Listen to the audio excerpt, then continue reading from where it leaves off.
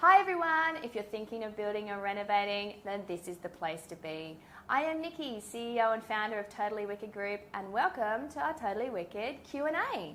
This is where we interview experts in the building industry so you can buy and build better. So tonight we will be talking all things interior design with Joanna from Merge ID, and this is when I am tackling each project, I have a sort of a template that I run through with customers, and that is one of the questions. What are your have-nots and have-nots to include so that I can design for them according to that? So I suppose on a thinking, case-by-case basis, they're always different, but the majority of people in kitchen would like ample storage. They would like materials for their bench tops and cabinetry that, once you clean it, that it doesn't leave marks and things, so you don't have to keep on, you wipe it down, and you have to wipe it down again, you have to wipe it so it doesn't have marks. So those two considerations.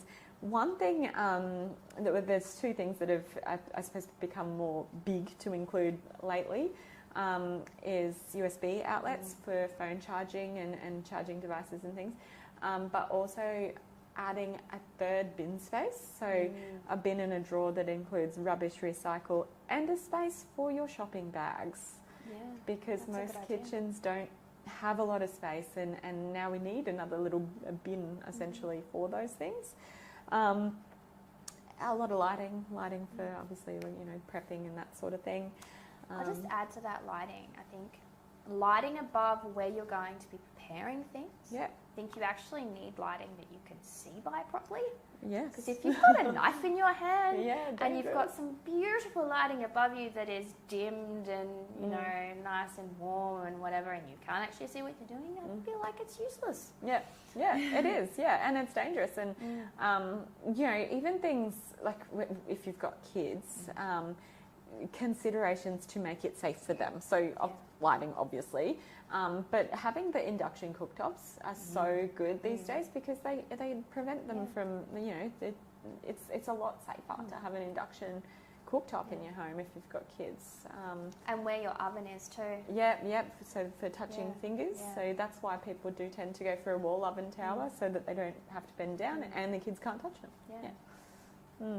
And can't climb on the doors and do all that sort of fun stuff that kids love to do. Yeah, there's probably a way they'll find it. But I think the trick is you've got to make it harder for them so it takes it longer to happen. And in my experience, most people, inclusion-wise, like to have mirrored cabinets, so face height storage, with a PowerPoint inside for charging of electric toothbrushes. Or like razors and things like that. It just, slimline. They only have to be sort of 150 wide shelves, say, so you can put little bits in there and have them charged. Niches included in the shower area that are concealed, so hopefully hidden from the entryway, so that it houses your shampoo bottles and that sort of thing, but so that they're not visible. Also, something that I've been including a lot lately in a lot of designs is space in the vanity for a tall drawer, so you can put your bigger bottles of stuff in there. So you've got your big bottles of the body washes and your shampoos, and so a taller drawer that houses those sort of things, because a lot of them just miss out by, and it's so frustrating. I'd say a bin as well. Bin space in your bathroom is a must. Yeah, I think a lot of times you think about, there's the vanity and then there's no bin space, or same sort of thing. The bins you want don't actually fit, or you need a tiny bin like this. It's kind of useless. Empty every day. Yeah. So yes, considerations like that, I think, is how you're going to get the best design, so that it's not, you don't want to go to all of this outlay doing a beautiful new bathroom or kitchen and then go, I wish I'd remembered to put a bin, and now it's just annoying for me. Now where does it fit? Yes, and it looks ugly. And The only other thing I would add is multiple towel racks. True. Yes. Yeah. That are spaced properly so that they actually dry. Oh yes. And that's a lot of people like the double towel racks, but I've heard that you find that they don't actually dry properly because your towels are so close. So Yeah. having single towels and row hooks even. Yeah. There is a big movement in heated towel rounds as well. If you're like fully, taking your walls out if you're renovating or if you're doing a new build, hardwiring them for heated towels because it does keep your towels drier having them heated. So, yeah. It's good against mold too. Yeah, yeah. I would say including a subtle feature wall is a really good thing to do.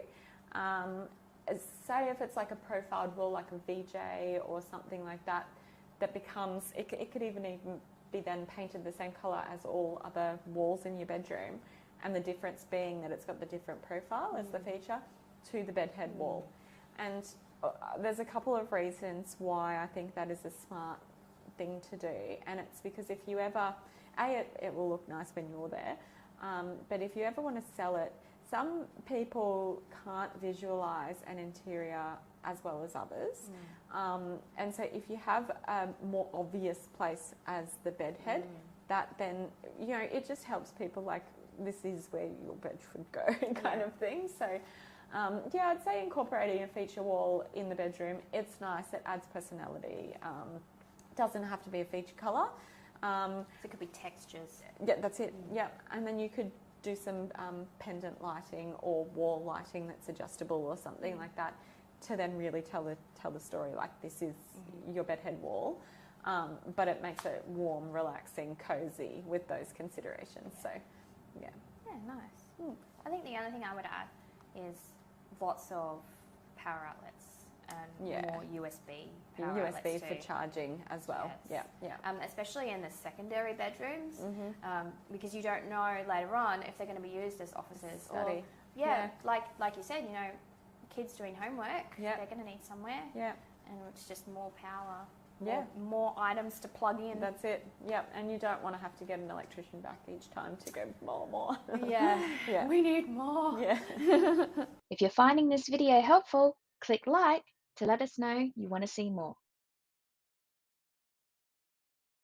Getting some USB outlets throughout, because Clipsal, they've got some standard PowerPoints that have the USB options available, so you could add those in while you're there.